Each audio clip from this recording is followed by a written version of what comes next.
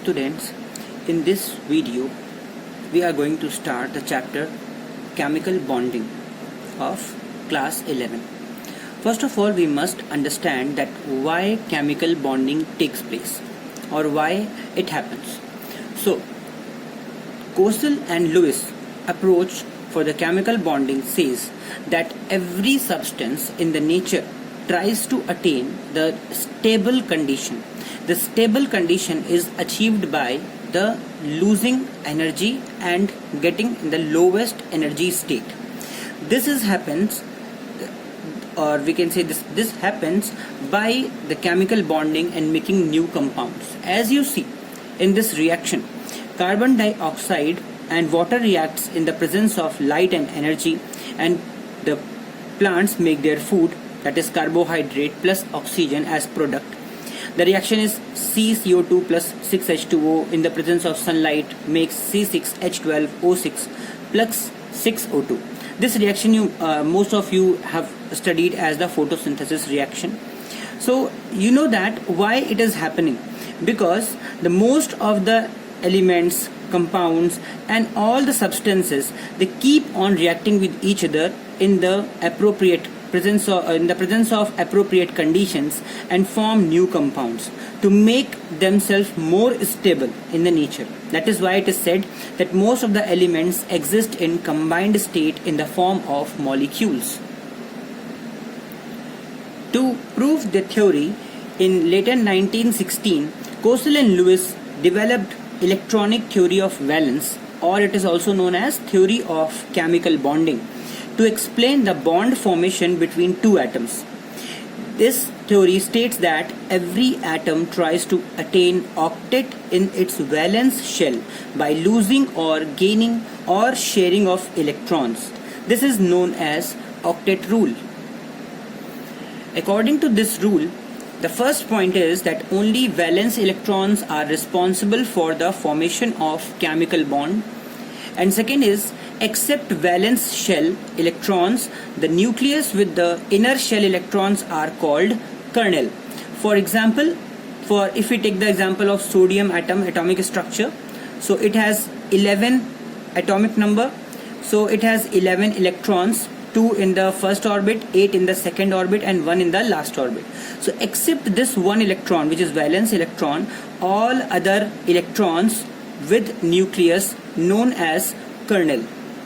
And with the Lewis dot structure or Lewis notation for the valence electrons, as you see, chlorine, sodium, lithium, beryllium, boron, carbon, nitrogen, oxygen, fluoride, neon, and all these are mentioned along with the dots around them. This is not a sodium, sorry, this is nitrogen only, where the only valence electrons are shown. As we know, chlorine has 17 electrons in its orbits because it has atomic number 17, but only 7 dots are visible around the symbol Cl. Cl is the symbol of chlorine and 7 dots. So this is called Lewis notation for the element chlorine. Similarly for other elements also, only valence electrons are shown around the symbol of that element. So the group valence says that the number of valence electrons are represented in the group 1a to 4a. That is from presence of 1 electron in the valence orbit to the 4 electrons in the valence orbits. And in the case of the valency, which is obtained by 8 minus the number of valence electrons, they are present in the group 5a to 8a. Now, as we know that electrons combine with each other to form the molecules, similarly the bonds which are formed between the atoms to form new molecules are of few types. First, which we are going to study, is ionic bond, or it is also known as electrovalent bond. First of all, we must understand how the ionic bonds are formed. So these are formed when an neutral atom gains or loses the electrons to form anions or cations. When an atom loses the electron and forms positive charged, then it is called cation. Whereas when an electron is added to a neutral atom and forms the negative charge particle, that is called anions. Alkali metals are the examples which are generally formed like positive +1 charge. So it is formed by alkali metals. And one electron is accepted by the atom and formed -1 charge are the halogens. And when they combine together, alkali metals and halogens, they form a neutral substance, or you can say a compound, which is neutral in nature. So this, by positive and negative charges, by gaining and losing of electrons, the alkali metals loses the electron, and this electron only is accepted by the halogens, and they form a neutral compound. For example, very common example for this reaction is for sodium atom and chloride ion. Okay. Sodium ion and chloride ion. Sodium plus positive charge and chloride negative charge. Sodium loses one electron, chloride gets that one electron and forms sodium chloride. So this is called an electrovalent bond, which is formed by the gaining and losing of electrons between two atoms. Some compounds which are formed by this type of bonding are sodium chloride, calcium chloride, potassium chloride, magnesium oxide, and so on. Now, very important topic, that is factors affecting the formation of ionic bonds are ease of formation of cations and ease of formation of anions. That means the bond will be formed easily. The ionic bond will be formed easily if any atom or the atoms which are forming cations and anions, they are easily formed. Means by giving out the less energy, or by the requirement of the less energy, they can be formed. So as we have seen, the factors affecting the formation of ionic bonds were ease of formation of cation and anion, and the arrangement of positive and negative ions in the ionic solid. This I will explain in the later part of the video as lattice energy. So as you see in this topic, sodium and chloride ions form sodium chloride compound, which is neutral and very stable substance. How they are formed? When sodium gaseous atom is given some energy, it loses one electron and forms positive gaseous ion, that is called cation. This energy which is given to it to take out the electron is known as ionization enthalpy. I hope you must have studied this in the previous chapters and in the previous classes also. Chlorine gaseous atom again gets this electron lost by sodium and forms negative gaseous ion, and some energy is released. This is called electron gain enthalpy. The definition of ionization enthalpy is the energy given to, or energy required by an atom to lose one electron and form the positive charged particle or cation is known as ionization enthalpy. Similarly, for electron gain enthalpy, when an isolated gaseous atom is given an electron or more than one electron also, and it loses some energy to form an ion or negatively charged particle, this is known as electron gain enthalpy.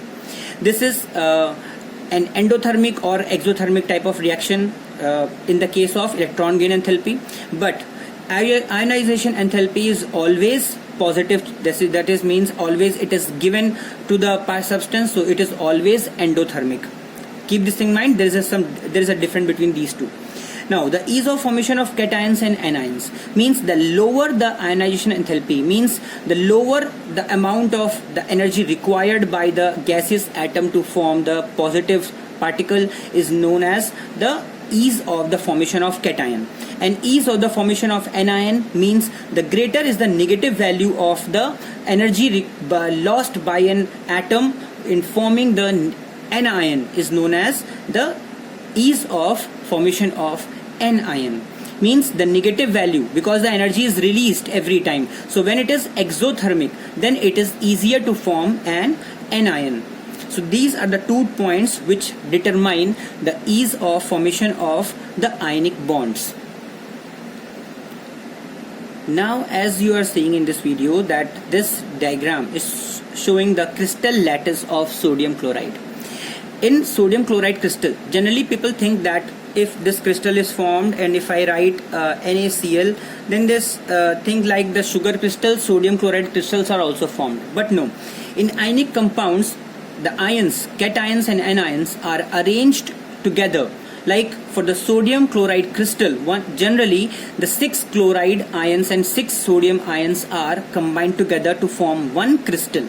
Okay, so this depends for the means ion to ion, this is different. So it depends that the difference in the crystal structure of different ionic compounds by size of ions and their packing arrangements. Okay, and some other factors also. So finally, the requisite number of oppositely charged ions combine to form a crystal lattice, means sodium and chloride, opposite nature of the charged, and they are combined together to form a crystal lattice. This process involves the liberation of energy. Some energy is released. Okay, as I said in the starting, why the chemical bonding occurs? To form a compound or to form a substance which is lower in energy than the natural occurring elements. So then it forms the more stable compound or the substance.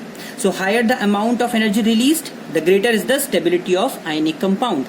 जितनी ज़्यादा energy release होगी तो उतना ही ज़्यादा उसका substance का stability ज़्यादा होगी. Okay, this is the reason when sodium chloride ions, sodium and chloride ions are combined together to form NaCl crystal, this part, then this energy is known as lattice energy. This energy released is known as lattice energy, and in this way the sodium chloride crystal is stable in nature.